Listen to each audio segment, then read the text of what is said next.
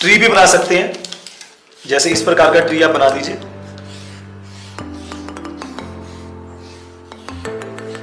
ये आपने ट्री बनाया और इसमें आप ऐसे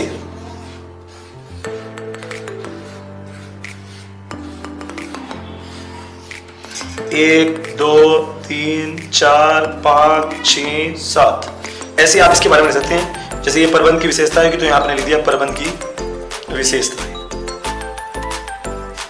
इस तरह से आप डायग्राम बना सकते हैं। कैसे हैं आप लोग? तो स्वागत है आपका अपने चैनल SBJ क्लासेस में। आज की जो मेरी वीडियो है बहुत ही खास है। अगर आप बोर्ड एग्जाम 2020 यानी कि CBSE बोर्ड या फिर स्टेट बोर्ड देने के लिए जा रहे हैं तो वीडियो बहुत ही खास है। आज मैं आपको बताने वाला हूं कि आप एग्ज़ाम में, मैं यूजुअली देखता हूं जब मैं क्लास में या फिर एग्जामिनेशन हॉल में होता हूं तो बहुत सारे स्टूडेंट जो 100% वर्क करके तो आते हैं लेकिन उनकी प्रेजेंटेशन में कहीं ना कहीं कोई कमी रह जाती है। अब वो किस तरह की कमी होती है, जैसे कि मैं बताता हूं कि हर क्वेश्चन, लॉन्ग क्वेश्चन में डायग्राम बनाने चाहिए। डायग्राम कैसे हो सकते हैं, किस तरह का ग्राफ बना सकते हैं आप, कैसी पिक्चर बना सकते हैं। अब बहुत सारे स्टूडेंट कहेंगे सर मैं तो आर्टिस्ट हूँ नहीं, मुझे आर्ट पसंद नहीं है तो मैं कैसे डायग्राम बनाऊं। तो आज अपनी इस वीडियो में मैं पूरे डिटेलाइज करूंगा, बकायदा आपको बोर्ड की एग्जाम की कॉपी पर ले जाकर आपको समझाने वाला हूं कि किस तरह से आप डायग्राम बना सकते हैं, किस तरह से आप अपने न्यूमेरिकल पोर्शन के साथ थ्योरिकल पोर्शन को भी बढ़िया तरह से प्रेजेंट कर सकते हैं। और साथ में मैं आपको बताता हूं यूजुअली कि आपको 2 कलर के स्केच का यूज भी करना चाहिए जिससे कि प्रेजेंटेशन अच्छी हो सके। गर्ल्स करती हैं लेकिन बॉयज कहीं ना कहीं पीछे रह जाते हैं। तो आज अपनी इस वीडियो में मैं आपको समझाऊंगा। बेसिकली पहले छोटी बात बता देता हूं, उसके बाद चलते हैं हम और आपको बताते हैं कि 11th-12th के आप स्टूडेंट्स हैं और CBSE के स्टूडेंट्स हैं और आप कॉमर्स के स्टूडेंट हैं तो मुझे फॉलो कर लीजिए अकेडमी पर, क्योंकि वहाँ पर मैं आपकी 2 मंथ्स का क्रैश कोर्स लेकर आया हूँ 12th वालों के लिए।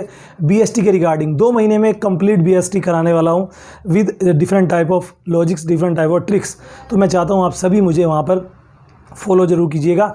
और हाँ, लिंक डिस्क्रिप्शन में आप अगर रेफरल कोड, अगर आप प्लस कोर्स लेते हो कोई भी तो ये मेरा रेफरल कोड है, अगर यूज़ करें SBJ लाइव और आपको मिलेगा 10% डिस्काउंट ओवर देयर। कॉपी पर आपको कैसे प्रेजेंट करना है, तो चलिए शुरू करते हैं अपनी इस वीडियो को दोस्तों।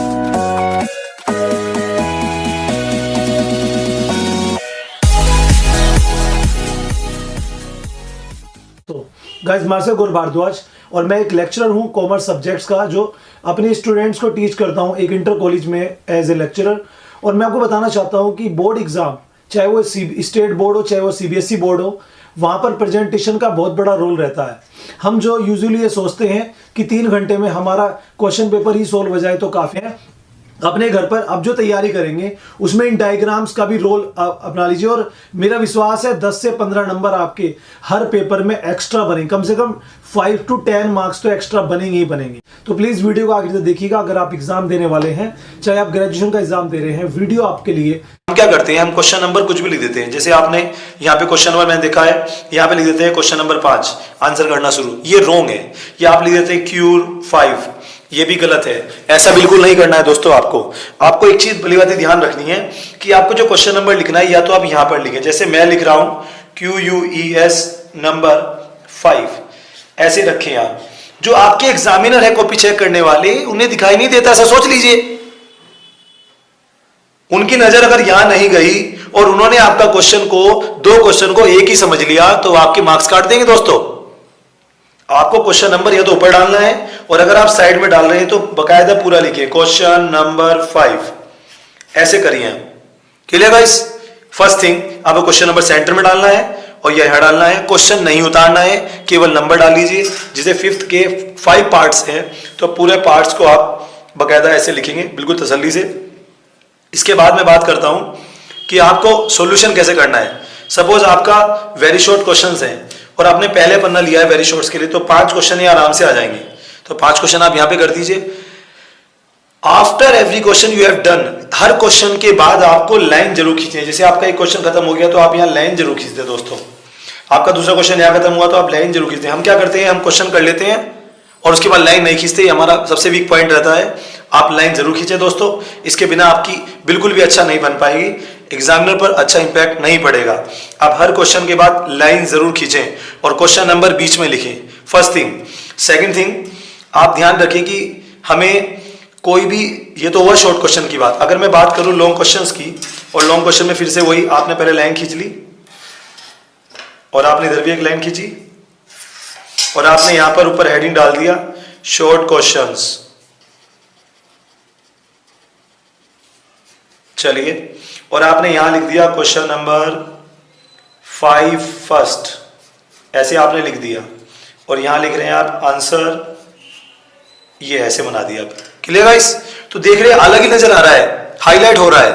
क्वेश्चन नहीं लिखना है, क्वेश्चन नंबर लिखना है। इसके बाद आप क्या समझा रहे हैं? तो जैसे बच्चे कहते हैं सर हम लॉन्ग क्वेश्चंस को कैसे, जो पहले बात करते हैं शॉर्ट क्वेश्चन की।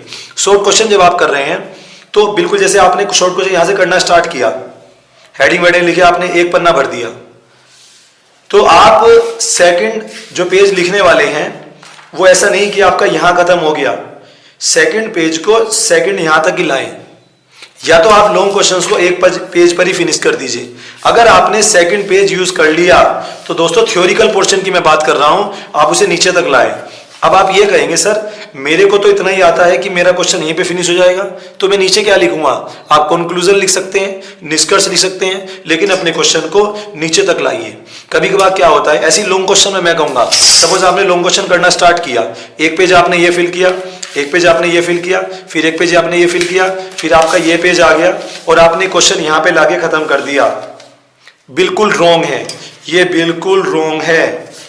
आपको करना क्या है? आपको पूरा पेज यहां तक, यहां पे लाके क्वेश्चन खत्म करना, यानी कि हर long question, every long question आपको नेक्स्ट पेज से स्टार्ट करना है, फ्रेश पेज से स्टार्ट करना है। कभी कभार क्या होता है, एग्जामिनर पन्ने पलटते हैं और पढ़ते चलते हैं तो उनका ये ध्यान नहीं रहता कि शायद नया क्वेश्चन स्टार्ट हो गया है, और वो नेक्स्ट क्वेश्चन, जब दो क्वेश्चन एक जैसे होते हैं तो वो दो क्वेश्चन को एक समझ लेते हैं और आपको मार्क्स कम दे देते हैं। फिर हम कहते हैं कि हम तो पूरा करके आए थे, हमारे मार्क्स कम कैसे आ गए? तो मैं ये कहूंगा दोस्तों कि आप कोई भी लॉन्ग क्वेश्चन करें उसको फिनिश एंड तक करें। तो मैंने क्या क्या बताया? एक तो क्वेश्चन नंबर आपको लिखना है सबसे ऊपर, बीच में या यहाँ पर। शॉर्ट क्वेश्चंस को भी आपको नीचे तक फिनिश करना है। अगर आप 1.5 पेज का क्वेश्चन लिख रहे हैं तो निष्कर्ष लिखकर उसे नीचे तक ले आइए। थर्ड थिंग, आपको long question, every long question आपको नीचे तक फिनिश करना है, और जब भी कोई हर लॉन्ग क्वेश्चन में निष्कर्ष जरूर लिखना है, और उसके बाद हर फ्रेश क्वेश्चन आपको नेक्स्ट पेज से स्टार्ट करना है, और हर क्वेश्चन के बाद आपको लाइन जरूर खींचनी है। इसके बाद बात करते हैं दोस्तों न्यूमेरिकल पोर्शन की। न्यूमेरिकल पोर्शन में आपको हर क्वेश्चन के बाद उसका आंसर नीचे हाईलाइट करके लिखना है, और हाईलाइट में मैंने देखा है बच्चों को हाईलाइटर से बिल्कुल उसको पोत देते हैं, ऐसा नहीं करना है। हाईलाइट, जैसे आपका ये आंसर आ गया, जैसे मैं कहूं कि नेट प्रॉफिट आपका आया, सपोज नेट प्रॉफिट हमारा आया 55,678 रुपीज, तो आप इसको ऐसे करके आंसर को ऐसे पैक कर दीजिए, इनफ है, इससे ज्यादा आपको नहीं करना है। तो ये आपको विशेष ध्यान देना है दोस्तों कि कैसे हम इसको करें। ठीक है गाइस? तो अब बात करते हैं कि डायग्राम्स की। तो बच्चे मेरे को कहते हैं सर हम डायग्राम कैसे करें, हमें डायग्राम नहीं बनाने आते, हम डायग्राम कैसे करें? क्योंकि जो लॉन्ग क्वेश्चन होता है, जैसे मैं आपको कहूं कि क्वेश्चन आ गया प्रबंध के कार्यों का वर्णन कीजिए, किसी की मेरिट डिमेरिट्स पूछ ली, लाभ दोष पूछ लिए, किसी की विशेषताएं पूछ ली। तो सपोज आपने यहां पर क्वेश्चन आ गया प्रबंध की विशेषताएं बताइए,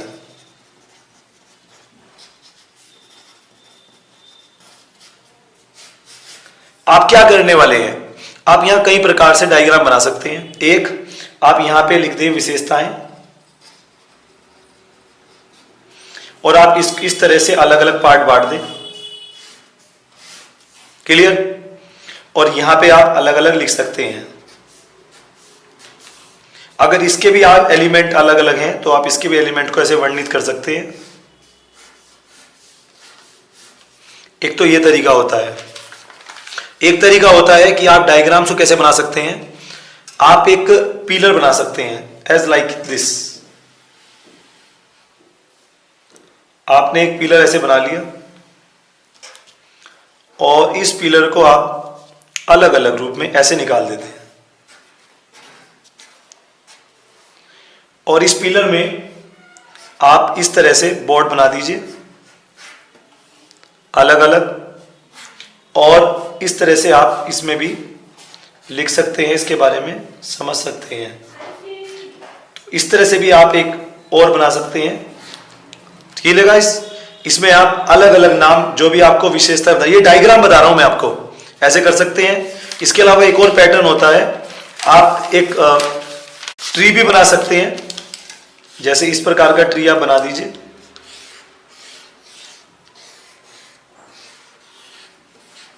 ये आपने ट्री बनाया और इसमें आप ऐसे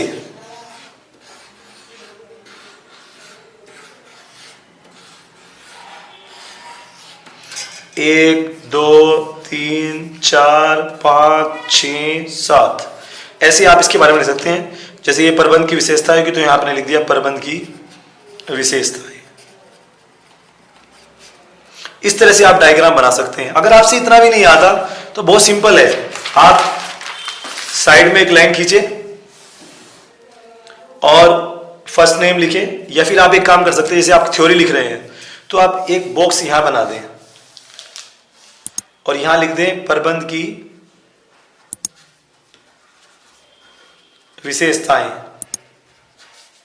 लिखने के बाद 1 2 3 4 5 6 7 ऐसे आप यहां लिख दीजिए। तो ये भी एक तरीका होता है डायग्राम का बच्चों।